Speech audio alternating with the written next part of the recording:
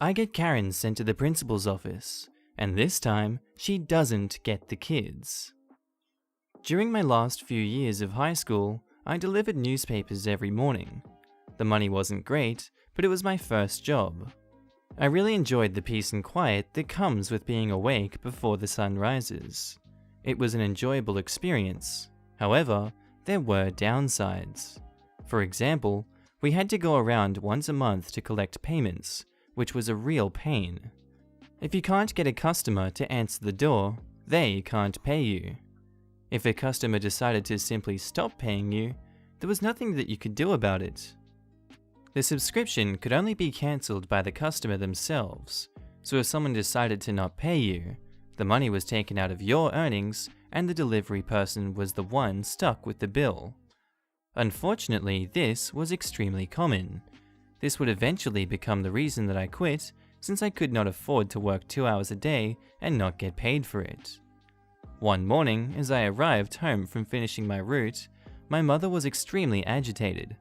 My boss had called and woke her up 15 minutes earlier because he had started receiving calls from the paper, saying that several customers on a route connected to mine had called to say that they had not received their paper, and that this had happened several times this week, so he had to fire the person on that route. He wanted to know if I could take over the route. The route was only about half the size of the route that I was currently doing, and would only add 30 minutes a day to my trip, so I agreed to take it. The first week passes pretty uneventfully. One morning during my second week of doing my new route, a few stops before I finish the route, as I'm heading back over to my bike, after hitting a string of houses, I can hear a woman's voice calling out, "Excuse me? Hey you! Excuse me?" I turn around to see a woman. She's coming down the driveway in a t-shirt and underwear, holding a newspaper in one hand and using her free hand to pull the bottom of her t-shirt to lower to preserve some sense of modesty. I recognize her of the substitute teacher at my high school. "Excuse me, what the frick is this?" she says, holding up the newspaper. I stood there confused for a moment, before replying, "Oh, I'm sorry, Miss Karen, but I don't understand." She cuts me off. "I thought I already told you. If you guys are going to fire my daughter for being a little late one day, then I do not want your fudging paper." Still a little confused.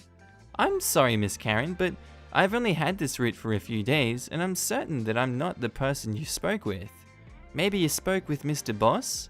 "Well, if you're not the person that I spoke to, then how do you know my name?" she said, wearing her smuggest "I've got you now" face. "I'm one of your students. I've been going to the high school you teach at for 4 years. If you want to cancel your subscription, you have to call the number. I can't cancel it for you." This obviously was not what she wanted to hear. She got really calm for a second, and looked at me in the eyes and said, "You think you're really fudging smart, don't you?" before throwing the paper at me and turning around to waddle back up the driveway with her granny panties riding up her 45-year-old butt crack. I called my boss when I got home to tell him what had happened, and that she wanted her subscription cancelled. He told me that when he had to call to fire her daughter, Karen had picked up the phone and screamed the same thing at him, and that he had also told her that she needed to call the subscription line if she wanted her service cancelled, and that the teenage paperboy could not cancel the subscription for her. He also said that when Karen's daughter accepted the job, her mum told her that she would be away every second weekend at her father's house and would not be able to deliver the Saturday and Sunday papers, and that her mum would deliver them. The next Saturday, I received an updated subscription list and checked to see if her address was still on it. It was meaning that she still had not called the line to cancel, so I had no choice but to keep delivering the paper. This continued for a few months until I was finally able to convince my boss to cancel her paper due to non-payment. One morning on a weekday, I accidentally slept in until about 4:30 a.m., which meant I had to rush to get them all delivered before 6:30 a.m., which is the cutoff time before a paper can be considered late. I deliver Miss Karen's paper around 6:15, which, once again, is near the end of my route. This time, Karen comes running out, wearing pants this time, and starts yelling at me about how this paper is late, and that she's going to call the paper and get me fired, just like they did to her daughter for being a little late one time. I tried to explain to her that the paper, while arriving a little later than normal, is still not past the cutoff time, and that the paper is only guaranteed to be in her mailbox before 6:30, and she, of course, in typical Karen fashion, was having none of it. You can't talk your way out of this one. You're going to be so fudging fired. And she runs back into the house, laughing to herself. About 2 hours later, I'm still sitting in class waiting for first period to start. And who should walk in to teach class that day but Miss Karen? She had barely taken 2 steps into the class when she spots me and begins shaking her finger in my direction. Nuh-uh. No. Not you. You go to the office now. My entire class is baffled for 2 reasons. The first reason being that I was a pretty good kid and did not get in trouble often. And the second reason being that it happened so quickly after her walking into the room that I couldn't have even had the time to misbehave in any way, shape, or form. I arrive at the principal's office and check in with the secretary. She asks why I was in the office and not in class. Look, Miss Secretary, I know every kid who gets sent to the office probably says this, but I honestly didn't do anything wrong. I then explain what happened between myself and Karen earlier concerning the paper route, and that this was about something that happened outside of school, during non-school hours. She looks at me slightly confused, and then she nods at another girl sitting in the waiting room and asks if I know who she is. I didn't. I had never seen her before.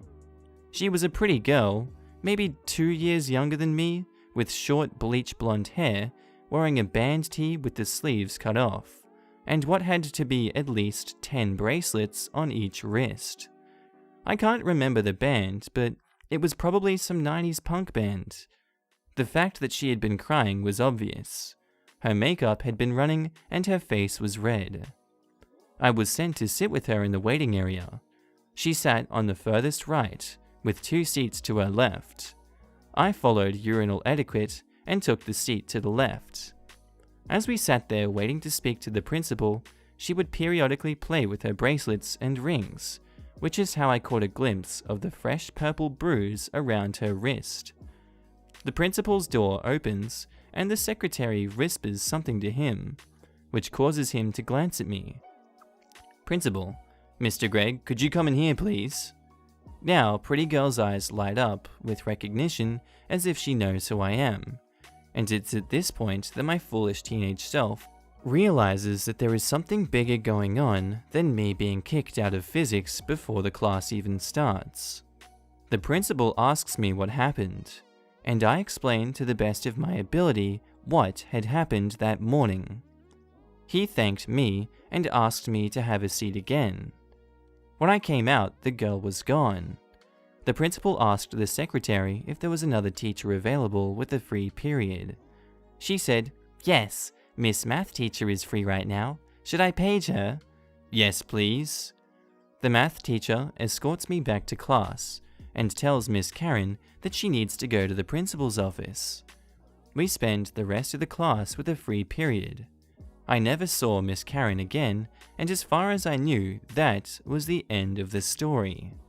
Until a few years later, pretty girl ended up dating one of my friends, and I finally got to hear the rest of the story. Pretty girl was Karen's daughter, and her parents were getting a divorce. Karen was a drunk.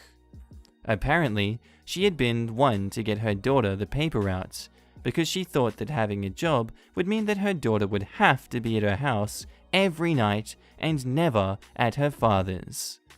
Pretty girl had tried the paper route and living with her mum for a while, but Being the mean drunk that she was, crap deteriorated pretty quickly, and Pretty Girl wanted to go to stay with her dad.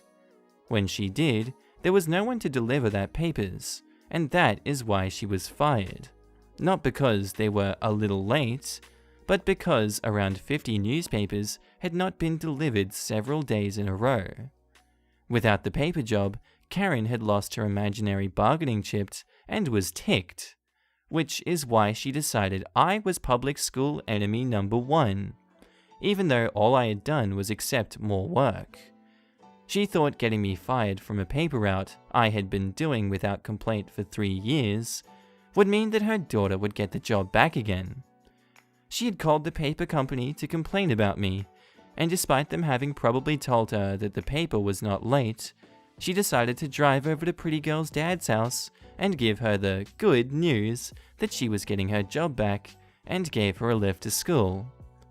Pretty Girl had told her mum that she did not want the job or the lift, and she was not supposed to come over when her dad was not there. Karen didn't like that and dragged Pretty Girl by her arm to the car. Pretty Girl went straight to the office when classes started and asked them to call her dad. He had picked her up while she was in the principal's office.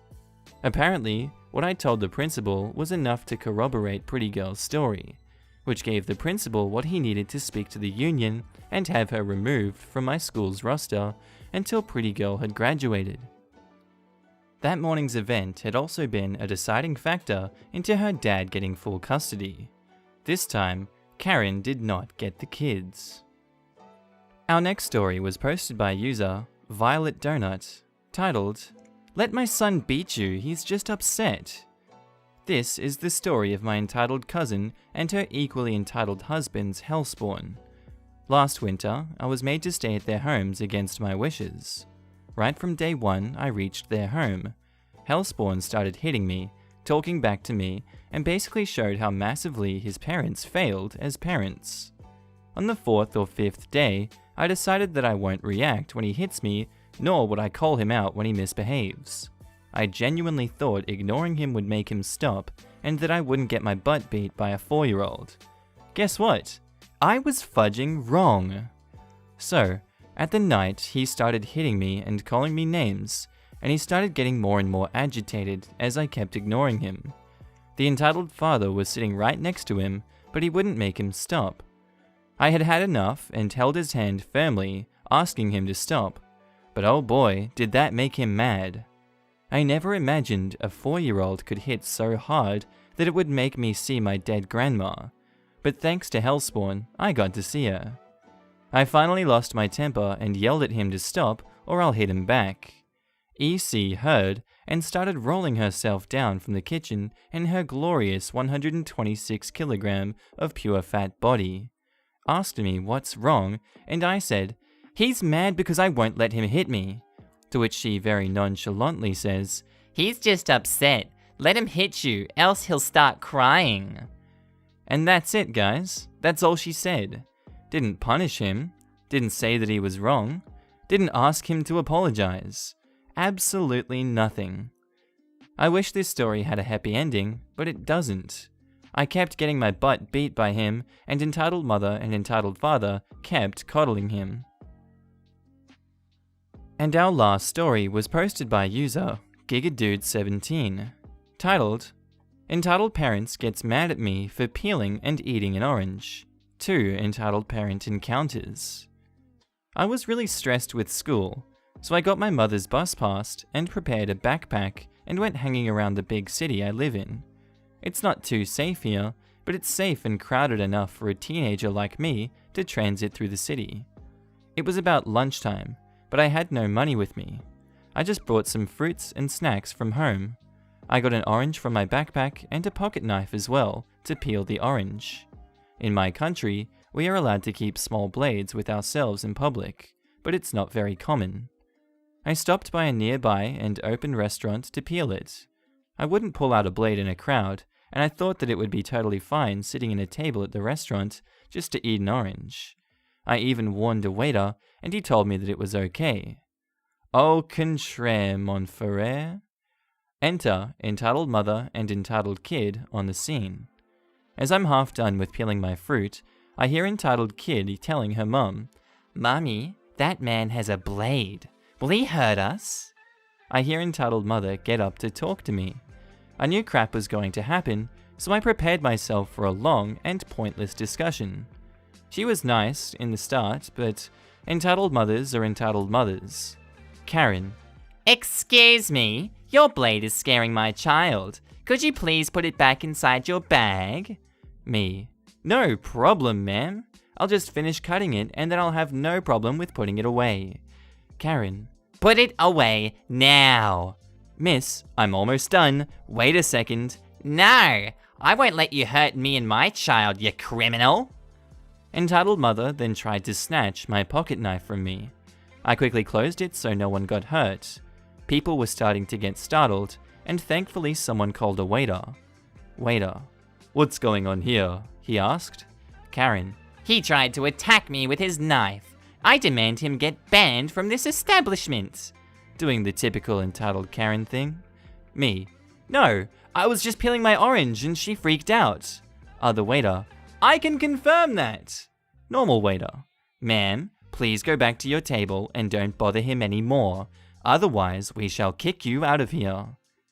She quickly went back to her table, frustrated.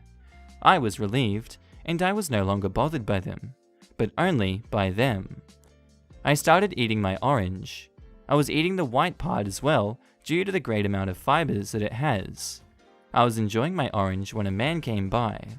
He wasn't with entitled mother and entitled kid, but he had other kid and a woman with him. Entitled dad. G'day, young one. Me. Hello, sir. Do you need anything? So it seems you're eating your orange in the wrong way. Give it to my child so he can show you how to eat an orange properly. Mister, I'm eating the whole orange to give me more energy. It's okay to eat it this way. No.